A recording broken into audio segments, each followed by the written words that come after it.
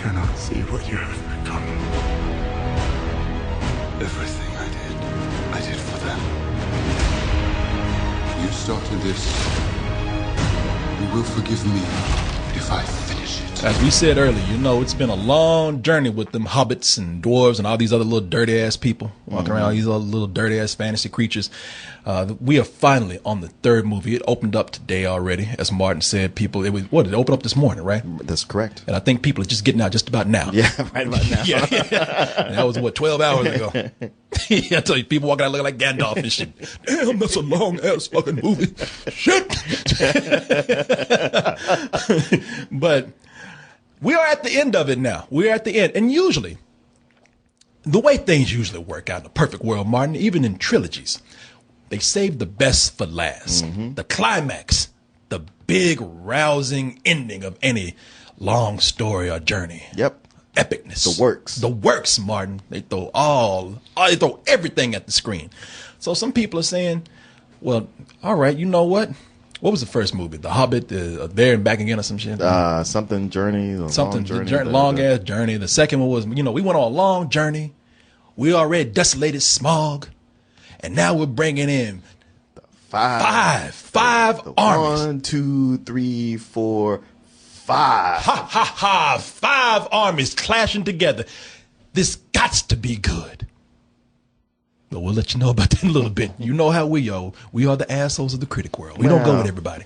So let's go ahead and see if this truly is the best out of all 3 of those Hobbit movies. The Hobbit, the Clash, or the bullshit of the 5 armies, whatever this is. Now, with this film here, Smog has been defeated, Martin, and the dwarves have finally reclaimed their mountain home of Eredor and all the gold that awaits them inside, Martin. Now that Thorin Oakenshield, the lead dwarf, the king dwarf, played by Richard Armitage, is king and has what he wants, he says to everybody, fuck all y'all. This is my goal. This is my goal. Y'all ain't getting shit. He's fiending with that goal. He's bathing in it. Bathing in it. But Martin, with the people of Rivendell needing shelter because their homes were destroyed by the dragon, and the elves, they say, hey man, they said, look, we got some shit in there too. Right. Hey. That ain't all yours. Yeah, that ain't all. Don't shut them doors yet. Let us in. We gotta get. Nope. You ain't getting in here. Don't get. Hey, mine now. And also, it's 9/10 of the law.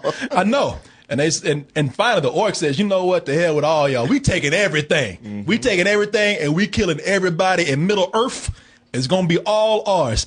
So Thorin's sitting in there, in all his dishonor, with his little greedy ass, is about to cause one of the bloodiest wars, unnecessary death, all because of his sickness for material things of gold. Gold fever. Gold fever. And he's like the prospectors of 1949. 1849. Y'all ain't getting this shit. Fuck you. Fuck a Hobbit. But sir, what about us, your loyal subjects? Yeah, fuck you too. Yeah. Y'all can get the fuck out. Throw you over this wall. Throw you over this goddamn wall. You keep fucking with me. I'm the king. I told you that. Now, here's the deal with this film. Now, I will say this, as the final film in this trilogy, I think that it fails and it succeeds at the same time. It succeeds at finally feeling appropriate for this huge story that Peter Jackson was trying to tell. This whole time. I said, all right, now this feels like everybody is necessary. Where before I was like, you really ignoring Bilbo. But that is what's wrong here. It also shows you how much this series as a whole, especially in this film, has failed to focus on this main character, the one the story's about, the Hobbit. It's an interesting thing because I felt that too. Although as it got closer to the end, Bilbo starts coming back into it. But I thought you got a lot more Bilbo this time than you did in the second movie. You know what? You did. Because with the second movie, I was like, I don't even know why this is called The Hobbit. Because he is playing barely a role. He had a conversation with Smaug. Granted. That was great, by the way. Right. Yeah. But everything else was about everything but the Hobbit. And you're right about that, man. And see, that's what makes this so strange here, because what I like about this, what I mean by being appropriate, is that the whole time, Thorin has been the focus of this series. This series could have been called Thorin and the Hobbit, you know. But with Thorin, it was not about Thorin in the books, but I'm not going to bring the book in here because a lot of people probably haven't read the book. And I know y'all tired of doing like, well, I ain't read the book, so why you telling me about it? Can't you just take it as a movie? All right, I got you. But still, the movie's called The Hobbit. I thought the films didn't really succeed in telling Bilbo's story and how important he was, this little guy in this big journey. Thorin was the focus, and now Thorin, who's the center of this story right here, really the one who's the catalyst for this disaster that's about to happen. I'm like, okay, finally he seemed like he's appropriate here. Mm-hmm. But at the same time, all of a sudden, him and Bilbo have this relationship that doesn't seem genuine to me. There's no real emotion there. All of a sudden, Bilbo and Thorin are BFFs. Yeah, well, because we spend the entirety of the 3 movies with Thorin either being sullen, being a dick, or being just a complete evil son of a bitch. Just an asshole, man. Yeah. Just an asshole. And throughout the movie, he's even telling Bilbo. Bilbo tries to sell it. You say, "Excuse me, Thorin, this is Mama." Shut the fuck up. You know what I mean? He treats Bilbo like shit through this. Yeah. I just thought I grabbed my share. Your share? Well, when'd you get a share? You didn't ask me. And there's even, poor Bilbo don't hardly get a line. He's like, "Excuse me, I told you to shut the fuck up. I was talking to Gandalf. You don't shut your fucking ass." Hey, he treats Bilbo like shit. And it's always Gandalf who has to come in to tell Thorin, like, "Hey, man, you kind of talking bad about the Hobbit over here." And he was the one who saved y'all last time. I like the way Gandalf is always there getting Bilbo's back because Gandalf always got that look. Hey, don't fuck with my Hobbit. Right. Now you keep fucking around. Thorin's the only one that'd be like, "You lucky Gandalf." I heard that, Thorin. Back the fuck up. I'll shove this cane up your ass. Shove this cane up your ass. This shit. You want to see some real magic? See how I can shove this shit up your little ass. But Bilbo and Thorin, all of a sudden, they're friends here, and you don't feel like there was a genuine lead up to this relationship. There's always these scenes in the movie where Thorin's always pulling Bilbo's side, like that right here. He's like, "Yo, Bilbo, man, you see that shady motherfucker in the background back there? See, these motherfuckers plotting on me, man, but you my boy. Right. You know, I know you got my back on this, right? So if some shit go down, all right, you got me, right?" And Bilbo's like, "Man, you treated me like shit this whole time." But sure, I guess. Yeah. He always complies. Bilbo is that loyal friend. But notice Bilbo don't ever make eye contact. Bilbo's so bitched out about Thorin, because every time Thorin comes up to like talk to Bilbo got that look where he can't look at him. He's like, "Yo, Bilbo, man, okay, man, what, don't hit me. No, man, I ain't gonna hit you, man. Shit, I'm just telling you, man. Shit, some shit about to go down. I want to get your back, man." But it doesn't, and it's not just that they are the confidants with each other. At least Thorin is a confidant in Bilbo. It's really like Bilbo is very emotional behind Thorin, and tears in it. I mean, it's almost like dwarf Stockholm syndrome. Honestly, that moment, as much as you're right, there's not a real genuine lead up to it, but it's played out in a way that's probably the most touching moment in all 3 of the films. Yeah. I was just kind of like, wow, that like pulled something out of me, and I wasn't even believing it up to this point. I never bought it. I just thought that Bilbo just was made to Thorin's prison bitch after a while.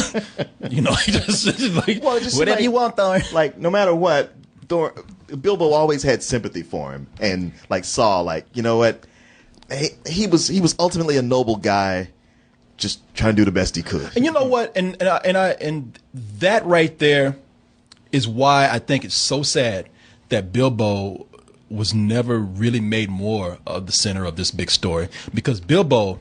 That's why it's so great to see this. Bilbo is somebody who is compassionate, and Bilbo is somebody, no matter what you do to him, he's going to try to see the best in everybody. And not only is he a good person, but by the end of this, he's discovered that he's braver than he is. And there are moments in this movie where that bravery comes out, and you're like, "Fuck yeah, go Bilbo!" And you think, man, I wish I'd seen this more, especially since Bilbo played by Martin Freeman, who makes such a great Bilbo, and Gandalf, Ian McKellen returning as Gandalf, since they had such a great relationship themselves, that's where I felt like the real emotion was. My lord, dispatch this force to Ravenhill. The dwarves are about to be overrun. Thorin must be warned. By all means, warn him. I've spent enough elvish blood in defense of this accursed But land. fuck him. No more. That pretty motherfucker, I can't stand him, man. I have such a love-hate for that character. That is people. That is Lee Pace. That's Lee Pace. That is Lee Pace as what character was he? He's Well, the king. he's the Elven He's king. the Elven king. He's a fucking drama queen. Is what he is. Well, he's just so like, if things look the least bit hairy, and you like say, man, I could really use you. That's when he's like, Shit. He's like, yeah, everybody. out. Yeah, he's like, I'm too pretty to die, and I have an appointment at the salon right now. I must be on my way, bitch. I like either way. If you watch Gandalf, he's even like, bitch, where you going? God damn, bitch. That's why Thorin hates him so much. That's why Thorin hates him and Gandalf can't stand it. But we'll get to that in a little bit. I'm out. Andrew, I'll go. Fuck him, Gandalf. I'll go. you'll never make it. Why not? Because they will see you coming and kill you. No, they won't. They won't see me. It's out of the question. I won't allow it. But tell me more. To allow it, Gandalf. You ain't my daddy. Gandalf, no, he wants him to go. Yeah. He's like, he ain't put up that much of a fight. Look at Bilbo right there. You know, Gandalf is like, Bilbo, stop, bud. I can't allow you. Yeah, Bilbo. Okay. I tried to stop him. Y'all saw that, right? Don't go, Bilbo, please. Yeah. In fact, he kicked him in his ass on his way. But Well, yeah, I did my part. I ain't gonna feel guilty now. yeah. It's that you can, and we're joking around, but you can really see that Gandalf has this love for Bilbo, and he loves Bilbo. Except right, he was looking at him like kind of like a child molester, but you know, but you could tell that he really has grown to care for this guy because he knew the potential. He's finally proud to see Bilbo reach that level of bravery and potential that he always knew was there, and that is what should have been explored here. Yeah, I mean, the thing is, Corey, as you say it, like you don't realize it's there. Everything you want to see, it's there. The problem is that there's just so much other stuff going on that it distracts you from that. Like, say you were to watch these movies and you just didn't watch the second movie. And you see, you have a clear delineation of where Bilbo is when he starts, when all the dwarves show up, and he's so like fidgety and like, no, get out of here, don't eat all my shit. Go with you. No, that's crazy. I would never do something like that. To where he is, where that moment where he's like, no, I'll go. I'll take care of this. I mean, there is that growth. It just in between. There's so much that happens. There's so many things going on. It's what? Yeah. I mean, 5 armies? Weren't there only 3 or 4 armies? No, I think in the original there were 5 armies. Okay, I'm like, there's the humans, the elves, the dwarves, and the orcs. And who's that 5th army? Well, I guess the little gang that Thorin had. Okay. I don't know. I mean, No, I don't want to ruin anything, but there was another army that came in and saved the day. That army that saves the day in every last goddamn one of these movies. Okay, people, y'all read the book. But the Eagles are like, I'm tired of pulling y'all You out get in trouble, call Don Henley and Glenn Fry. Yeah. Because the Eagles are the ones who saved the day. You know, you could tell, man. Them people, y'all who read the book, you know those Eagles come in and sweep and they swoop down and save the day, and you know them Eagles sat back and saw all these people dying until some female Eagle said, "Come on now, you can't let this happen." And the others are like, every time we have to come out every time. Yeah. You know what? They could just ask us. If they just ask us early on, we could have taken care of this shit and it'd been done.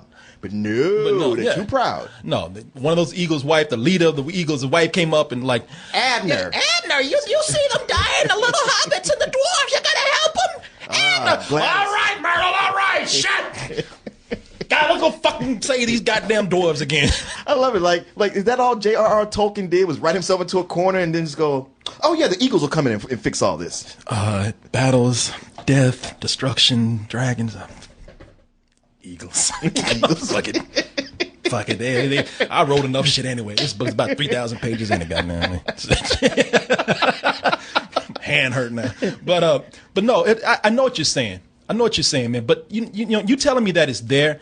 I know it's there. I see it. But it's like me looking at somebody grow, not growing with them, but looking at their baby pictures or something and looking at how they grow through stills.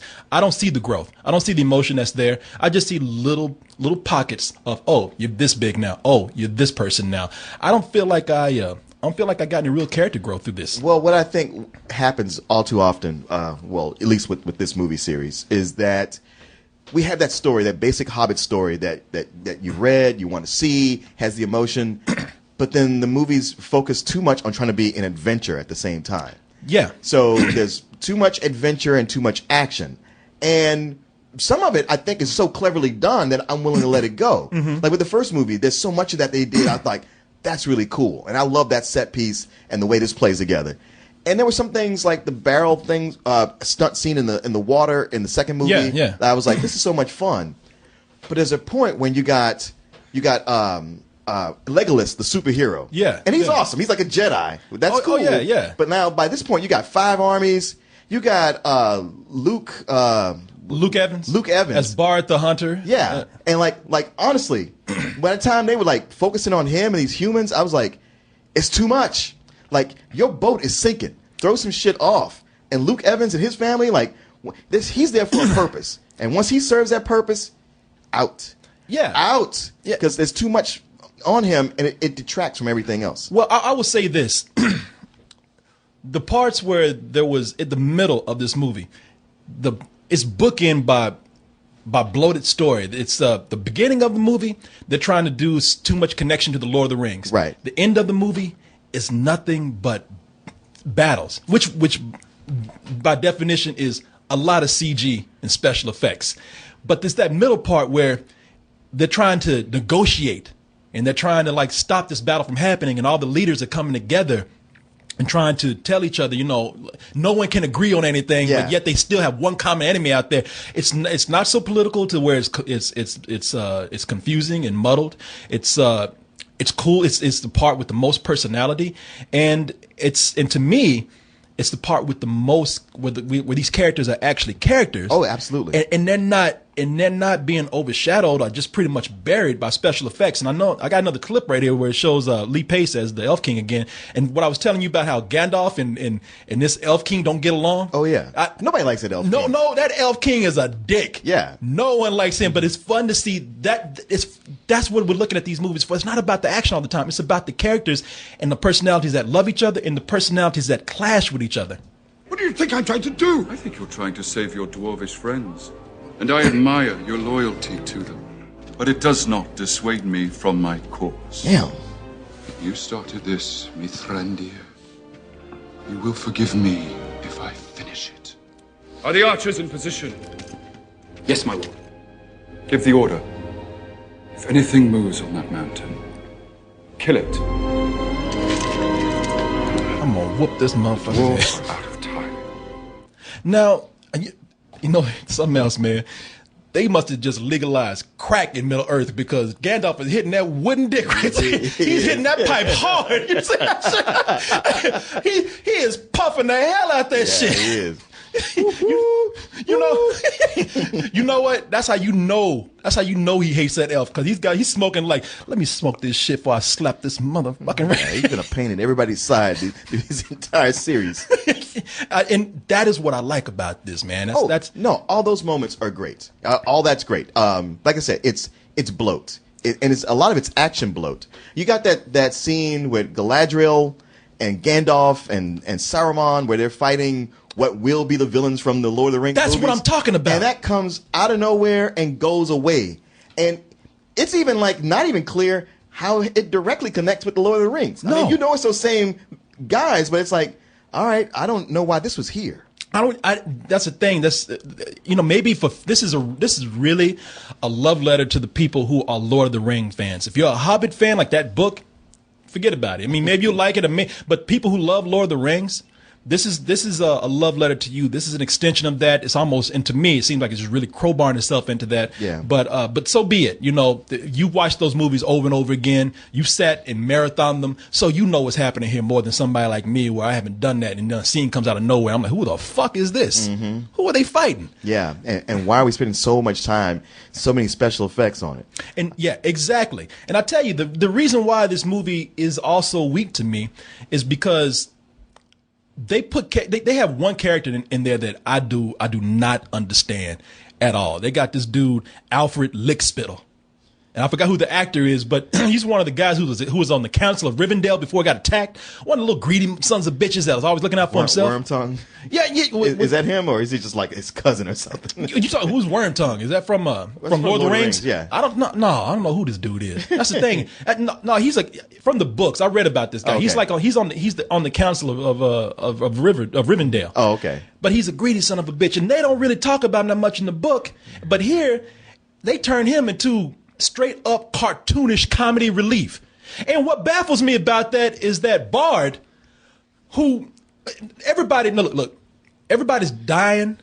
Everybody's trying to help each other after Smaug has attacked, and this guy's going through like, give me your shit. You give me your gold, give me your clothes, give me your food. You know, and everybody's like, and everybody's sick of it. And everybody's like, you know what, let's kill this motherfucker, man. And they're about to hang him. And Bard comes in, and Bard actually saves his life. Yeah. But after Bard saves his life, Bard just says, look, I just simply just want you to just follow me and just put in your part. And when he says shit like, okay, Alfred, I got to go fight. Watch my kids. In front of Bard, he grabs the kid like, come on, you little motherfucker. You know, you remember that shit? Yes, I do.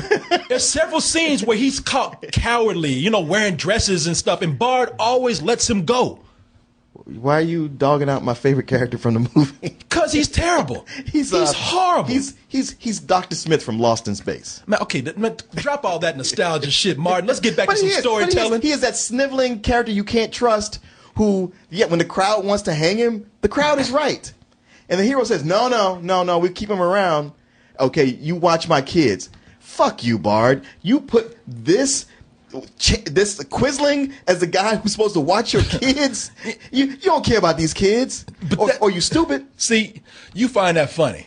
You can laugh at that. I found Alfred funny to a point.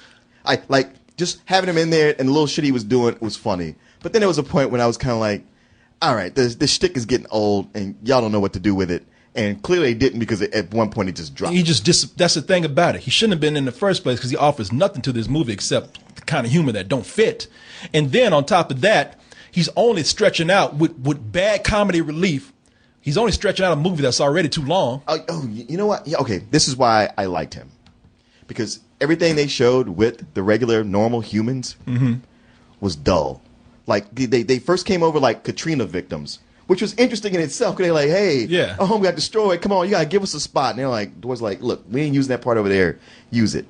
But the rest of the time, they were a liability. Like, they're supposed to be an army, but they're really not. They're just people.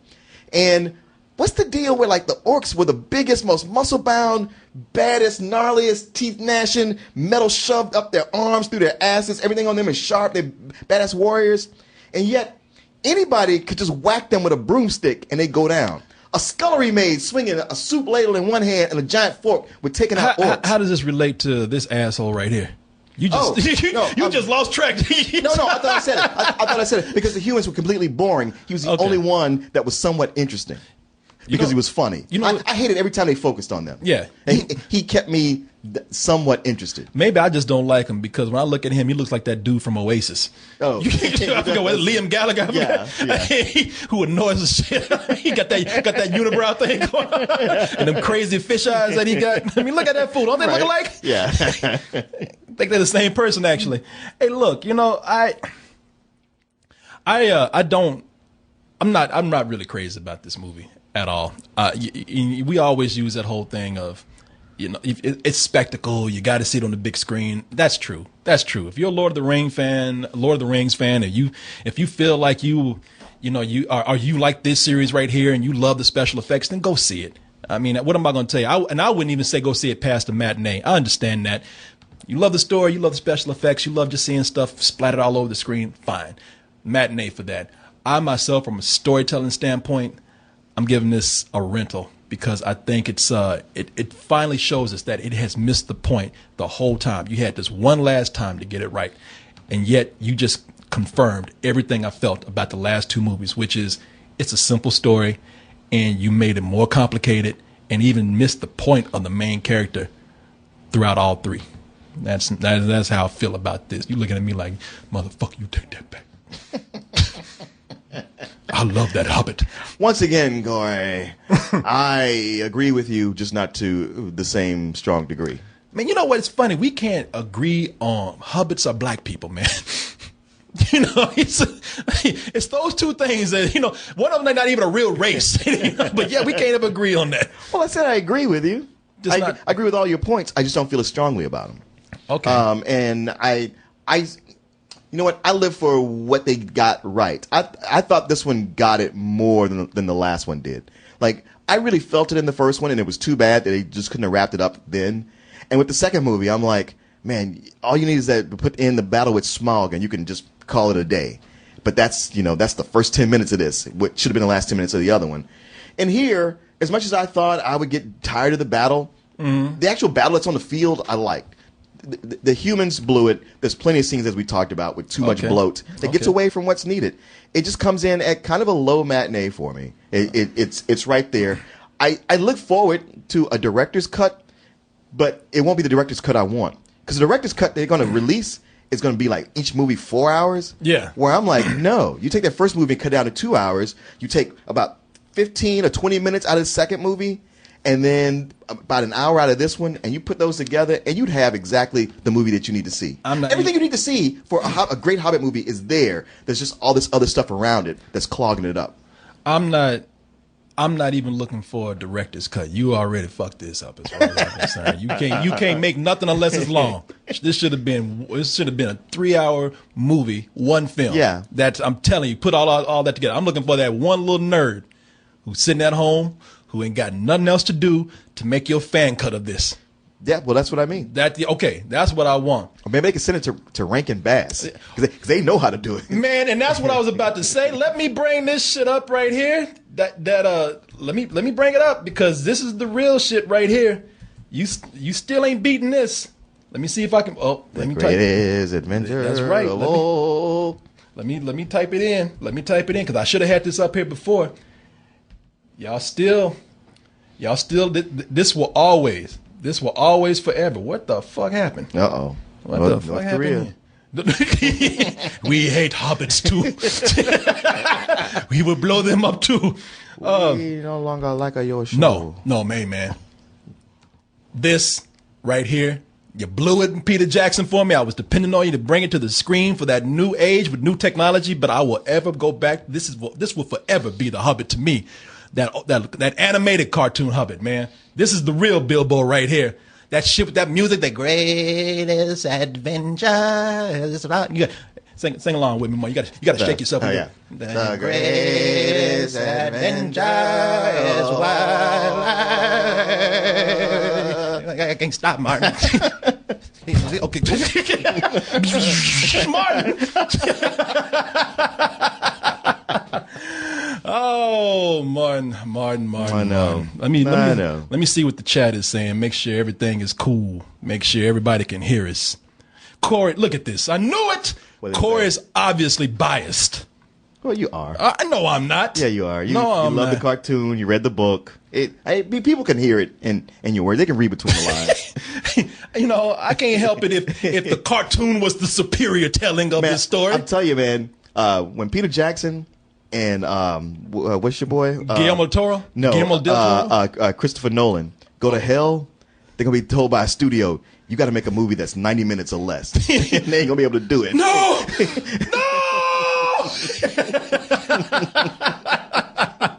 Oh, let's see here. All right, Martin. All right. You know what? I know. You know something? The voice of truth always.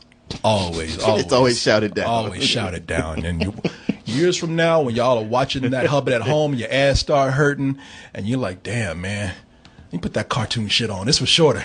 y'all gonna know I was right. No, we're just going to get more movies that are more bloated and are 6 hours long. So people are going to look back at The Hobbit like, remember back when they made them short? Like only 3 hours. Well, at least it ain't 10 hours long. So, and that's just one movie. Martin, but you know what? What? I like to take my time myself. Messing with you, man. Yes, Martin. It is that time, Martin. Don't think I forgot. We have another journey to do. Of course. Martin. Unexpected journey. And not so unexpected journey. Martin, we need to see if you can win a gold star and win a prize for the people out there. Who am I playing for? I don't know yet. I got to put the call out. I put it on the carousel today within the description for the show. I said, hey, we're going to be doing our trivia tonight. So people, you know how we do here. We have a couple of trivia games that we play after a couple of reviews. Mm-hmm. I asked Martin 5 questions, or give him 5 little quizzes, and if he gets 3 out of 5 of those correct, he wins. But better yet, whoever's playing with him, they're the ones that get the prize. Yeah, I get nothing. You get nothing. No, you get respect, Martin, for winning. You've been on a streak lately. You've been on a good streak. That might be broken tonight because this game, I think I lost one last week. I don't know. Yeah, you did. You did. Well, prepare to lose again, maybe. Because I'm not going easy on you this week. I tried to think of a simple game, but for this right here, it was not that easy, which makes it so suspenseful for whoever plays this game. Corey, how can I play? Well, while I'm describing to Martin how we're going to play this particular trivia game right here, I want you to send me an email. You saw the email right there, kcoolmans@gmail.com. I'll put it up for you one more time. There, excuse me, I got the hiccups. I just got to eat some chicken. Me too. There it is, kcoolmans@gmail.com. Just say, I want to play a game, and the first email that I come to that I find that subject line on, I will let you in, and we'll see if we can get you a prize. Now, Martin, the way we are going to play this game right here is that I think that we can both agree that some things just don't need to be a trilogy. Am I correct here? Very true. You know, sometimes you had it right the first time, you pushed it to the second time, and you got by, you got lucky. But sometimes you just need to know when to quit. So what I have here, Martin, I have here a series of descriptions, riddles, if you will, that are describing trilogies that probably should have stopped at the first or second movie. Okay. And I'm going to give you, let me see if I can give you an example, because I know the way I describe it is going to be kind of hard. Now, you need to pay attention to keywords in here. Okay. Written, they're going to be buried in there. You need to think about those keywords. For example, if I was to say, 3 trips is middle of the road for this earth, what am I saying? Star Wars. Oh, okay. Now, you know. I was like, well, I might as well just stop this game right now. No, Martin. Middle Earth, Lord of the Rings. Lord of the Rings, or The Hobbit. Or The Hobbit. Yeah, I was going to say, that could go either way. I would have taken either one. Okay. Both long as hell. No, I would have taken The Hobbit because Lord of the Rings actually works. Yeah. So you got that right there. Yes. All right. Well, let me go ahead and see if I can pick out a contestant here. Oh, shit, I forgot to bring up the Gmail, but that's okay. I got speedy fingers. That's what Miss Mia said. Okay, all right. Sorry. Boy, you know better than. Oh, look, we got some people want to play a game. And let me see who we have first right here. I'm picking the first one, and somebody that has not played the game before. Oh, Justin Zarian. Has he played a game before? I can't remember. I don't know. Okay. Oh, let's see here. All right, I'm going to go with it. We'll ask him. Hopefully you'll be... Oh, we have played with him before because I remember his picture. Okay. I'll ask him because I want to make sure. I want to be honest here. See if he picks up. He ain't going to pick up now. Well, shit. You ain't going to pick me. I ain't going to pick up myself. But I think I sent Justin a prize. I don't want to say his name and just disappoint him. Hello, Justin. How are you tonight? So, Justin, have you? I got in a singing mood after you guys singing the Hobbit song. The great. Oh, that's what you were doing. Oh, hello, Corey. How are you tonight? So, man. Hey, listen. Have you played the game before? I have not. I've answered questions, but I've not played the quiz yet. Okay. All right. Then. Well, I'm glad I did not I'm done. I'm glad to not pass you by. All right. Well, you heard how the game was described. You heard how. We heard what the theme is here. Martin, let's go ahead and get on to our first description right here. All right, Martin. All right. Virtually 3 trips into this reality gets dull. Virtually 3 trips into this reality gets dull. Look, my man just had an orgasm. He knows you got this. Oh, yeah. Martin. Okay. Oh, you thinking? Do you know it? Yeah, I think you think you know? Okay. All right. I thought you were spacing out. Like, damn, ain't that hard, Martin? Martin, shit. Toasties. I think you got this, especially since my man Justin, he's like, oh, yeah, that shit is easy. I'm going to win this game. I'm a thumb teacher. I know these things. All right. Martin, what do you say? I say The Matrix. You say what? The Matrix. The Matrix? Are you sure? Yeah. You positive? Okay, I was just waiting for the screen to come up. Yes, Martin, you are correct. It is The Matrix. Most people, almost 99.9% of people out there agree that that third movie definitely killed any hope of this being a great trilogy at all. Yeah, some people let the second one slide a little bit. Some people gave up on that one. But yeah. And the second one had the freeway chase. That was cool. Yeah, it did. Yeah, and it had the potential to lead into something cool. Yeah, look, they thought they were gonna do something. Shit, we gonna make 3 movies and people gonna love this shit. Nope. Y'all look cool trying though. I'll give you that much. What? Lawrence Fishburne never smiled in that movie. Motherfucker was always. Did he never smile? He never smiled in that movie. I thought he smiled. He's like the most serious Negro in the world. Most serious Negro in the world in that movie. Like when Neo would ask him a question, he'd be like, That ain't no smile, Martin. That ain't no. In fact, your mouth goes the opposite way of a smile when you do that. In fact, he would say, "What the fuck you asked me that for, Neo? You should know that shit yourself." All right, Martin, let's go. It's some hard times. There was no time to be smiling. yeah. Only person who smiled was Cypher. Yeah, and he had some twisted shit. I love Lawrence Fishburne. He's like, "Something look funny, motherfucker." So let's go ahead and get to our next one. Martin, you ready? Yes. Okay. Martin, 3 of these, and you're just forcing it. 3. And I thought this was hard. This is so easy. Martin's laughing at me. Once again, I love your phrasing. 3 of these, and you're just forcing it. Oh, shit. All right, I give up. Martin, I thought this was going to be a hard game. Apparently, I'm not that smart. There's only 2 so far. I haven't got it right yet. Ain't for me. Okay, you think you got this, Justin? Oh, I'll let Martin answer. Okay. All right. Martin, what is it? Star Wars prequels. Fuck. Yes, Martin. You are correct, Martin. What it a is sucker. Look at yes, it is a Star Wars prequel. The prequels, Jar Jar coming in and said, "How's it gonna fuck these movies up?" You got no chance. Yeah. To be fair, he only fucked up one of them. No, they did. Yeah, well, he only fucked up one. That's right. I'm gonna do this one. Even showing up in episode 2 for a minute was too long. Yeah, I know it was. I was gonna fuck up this one. The rest is up to you two's fucks. Yes, people. Now this one from the jump. Some people said, "Well, this shit never should even happen." You know, it's like forget 1 or 2 or 3. This should have been 0 right here. And even Liam Neeson was like, "I'm one and done." This movie almost destroyed the joy of Taken. We never would have had. Right. we almost never had Taken. We would have never got that real badass Liam Neeson we know today. Jar Jar almost fucked that up. You know, the only reason why Liam Neeson's a badass is because everybody that he kills in the movie, he thinks is Jar Jar Binks. I'm gonna kill this motherfucker. All right. You know what? We got 2 right now, and there are new rules to the game. I will describe them to you if we get to that point. Oh. That's right.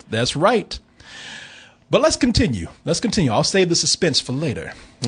But we have 2. We have 2 correct. We have 3 more. We have 3 more descriptions here, Martin. 3 more riddles, if you will. So let's go ahead and get to our third one. 3 of these is 3 drinks too many.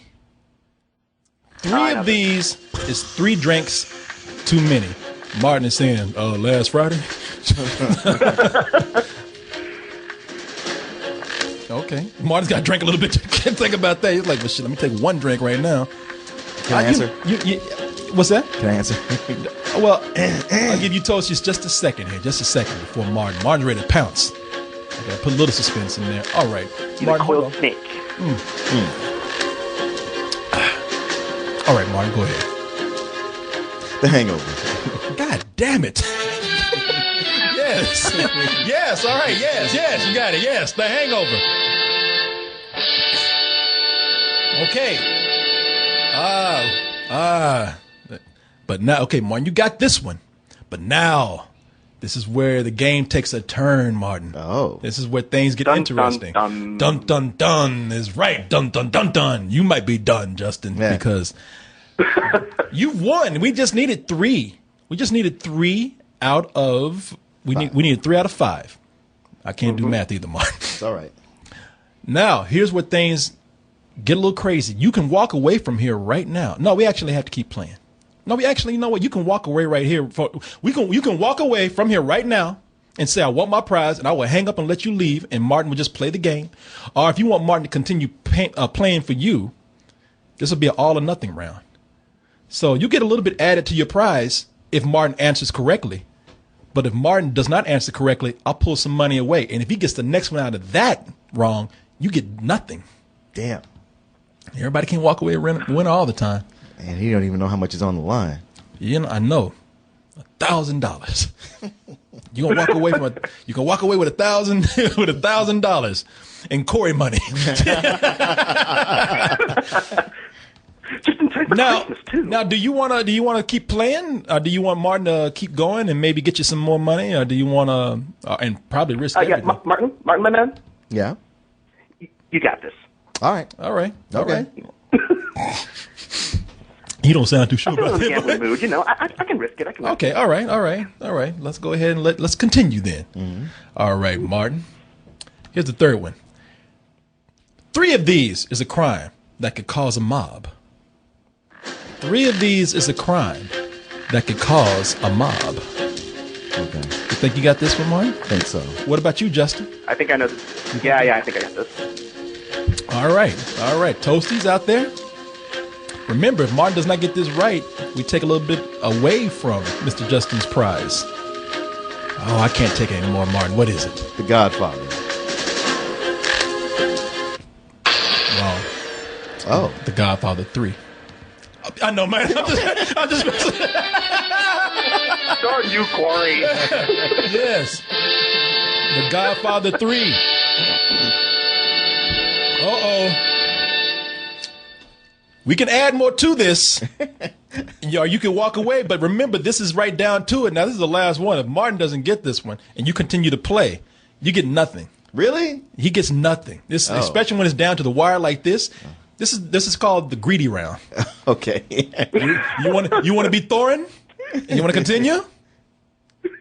He's like, yeah. Don't you talk to me about final rounds. Yeah. I'll throw you over this wall right now. You want to continue? Heck yeah, I want to continue. Okay, let's continue then. All right. Remember, you did this. Okay.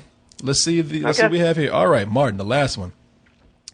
3 of these is 2 shades too dark. 3 of these is 2 shades too dark.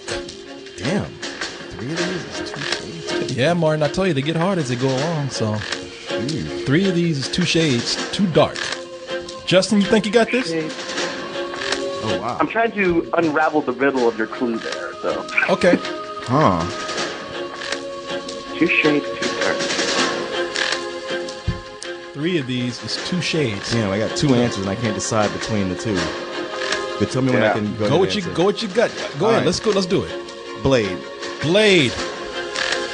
And you are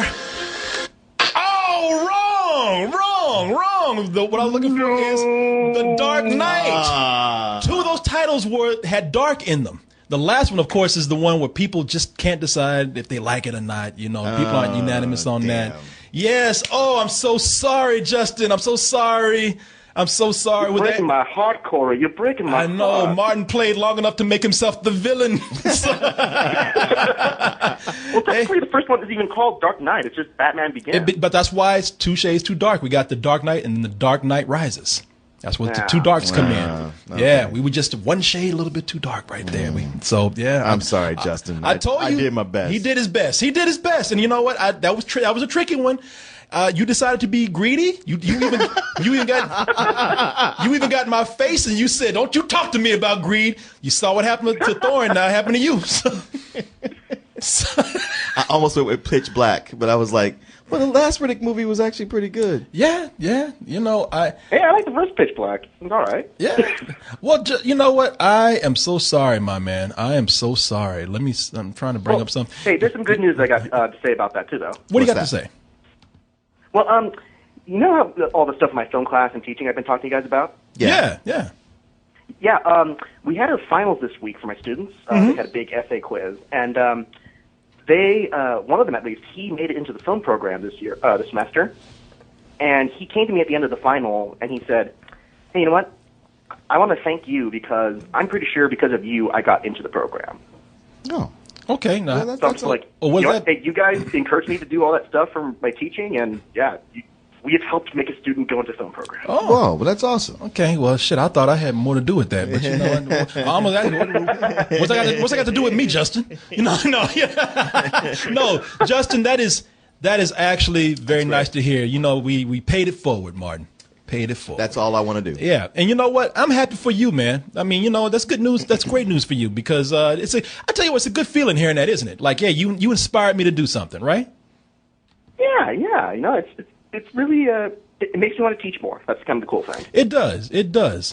When you're not being greedy, Justin. You know, even Thorne's looking at you. Don't be like me, Justin. You just don't get paid much anyway. Yeah, no, it wasn't gonna be a whole lot anyway. But you know, it would have been a hamburger or something. But hey, you know, hey, Justin, it's not about the prize. It's about the time we spend together having fun, right? It's true. Indeed. That is it, indeed. So, Justin, thank you very much. Let's see what the chat is saying. The chat is even like, oh, tender moment. Oh, that's not it. I thought they were talking about, oh, he lost. Corey, look, I like to see people, like somebody said, you get nothing. Oh. Corey's upping his trivia game. The game was rigged. Corey's tired of giving us money. Yeah, that's right. Corey, Real not quiz show sending stuff another going on present. here. Yeah, that easy money got to stop. All right. So, Justin, thank you very much, man. That was a lot of fun, actually. It was. Yeah, I had a great time. Oh, no, that's great. You have but one question to answer. How shall this day end?